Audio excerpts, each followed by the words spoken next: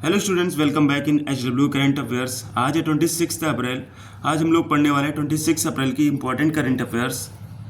तो जो भी स्टूडेंट्स हमारे साथ नए जुड़ रहे हैं, स्टार्टिंग से एंड तक ज़रूर क्लास में रहिएगा, क्योंकि सारे पॉइंट्स इंपॉर्टेंट एंड सिलेक्टिव लिए गए हैं। और साथ ही हम लोग कल का रिवीजन करेंगे और उसके बाद आपसे 2 क्वेश्चन लास्ट में पूछे जाएंगे, जिनका आपको आंसर करना है कमेंट्स के थ्रू।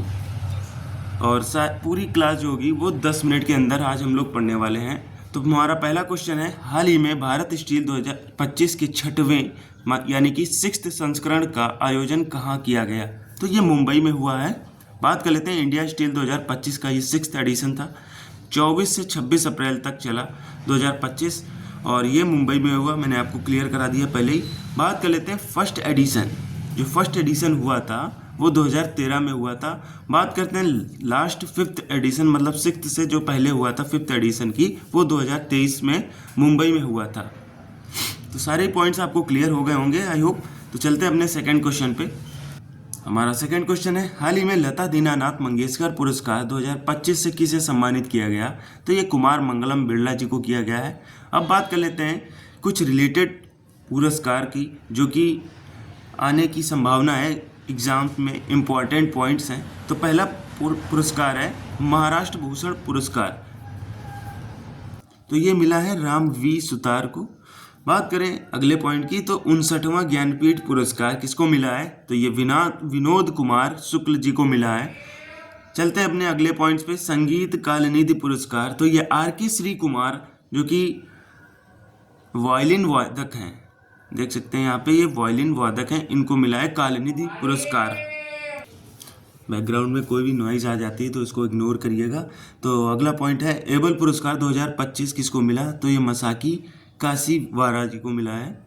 चलते हैं अपने अगले क्वेश्चन पे, जो कि थर्ड क्वेश्चन है। तो हमारा थर्ड क्वेश्चन है, हाल ही में विश्व मलेरिया दिवस कब मनाया गया? तो ये 25 अप्रैल को मनाया गया। बात करते हैं थीम की, तो मलेरिया हमारे साथ समाप्त होगा, पुनर्निवेश, पुनः कल्पना, पुनर्योगित, ये इसकी थीम रही है। फिर से मैं रिवाइज करा दूँ दोबारा से, मलेरिया हमारे साथ समाप्त होगा, और इसकी आगे लिखा है पुनर्निवेश, पुनर्कल्पना, पुनर्योगिता, ये इसकी थीम रही। चलते अपने अगले क्वेश्चन पर। हमारा अगला क्वेश्चन है, हाल ही में जारी हनले एड पार्टनर्स द्वारा जारी न्यू वर्ल्ड हेल्थ रिपोर्ट के अनुसार दुनिया का सबसे महंगा शहर कौन है?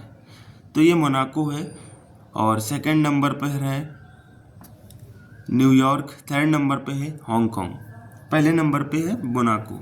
चलते अपने अगले क्वेश्चन पे, जो कि 5th क्वेश्चन है।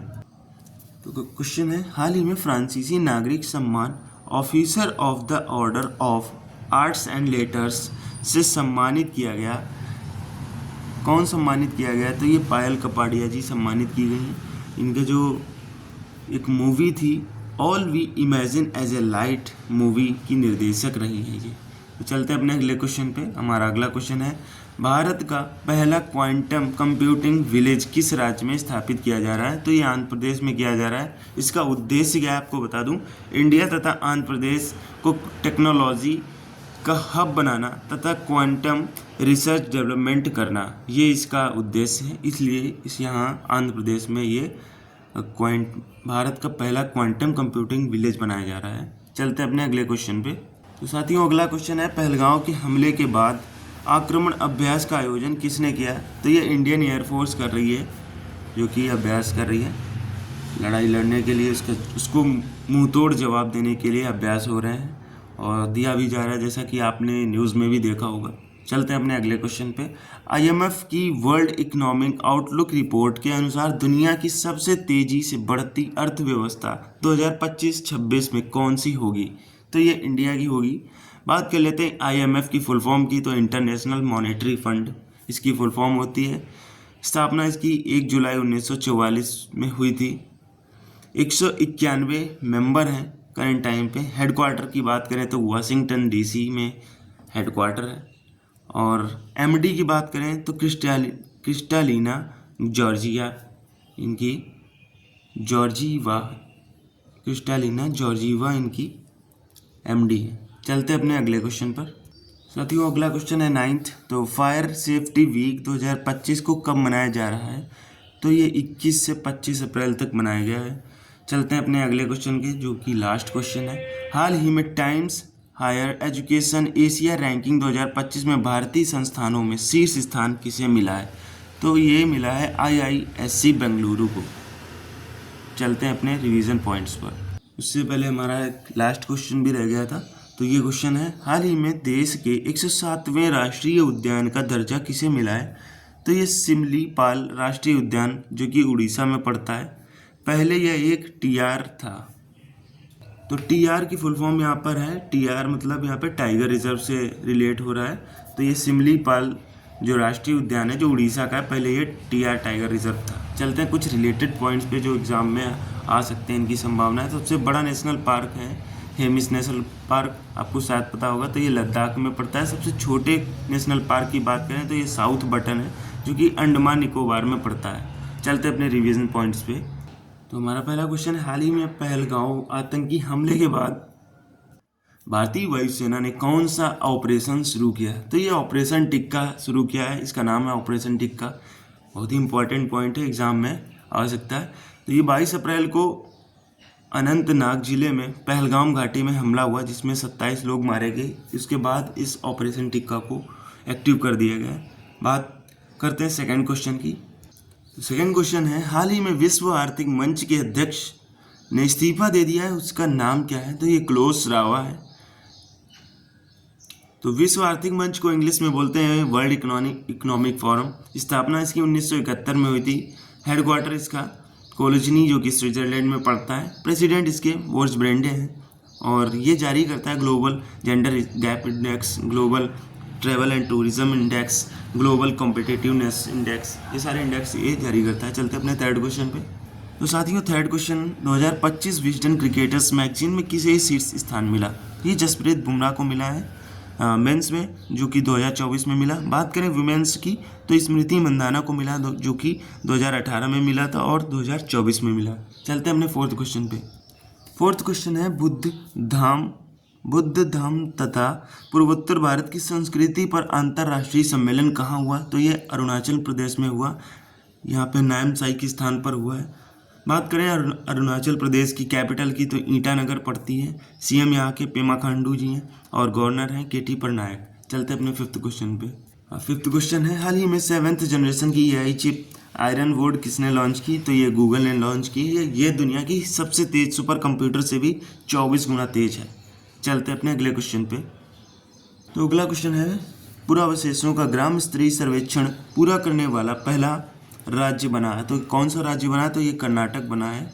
पुरावशेषक का रिलेट करें तो ये पुरावशेषक प्राचीन वस्तुएं को बोलते हैं। चलते हैं अपने अगले क्वेश्चन पे। हाल ही में पंचायती राज दिवस कब मनाया गया? तो ये 24 अप्रैल को मनाया गया। चलते अपने अगले क्वेश्चन पे।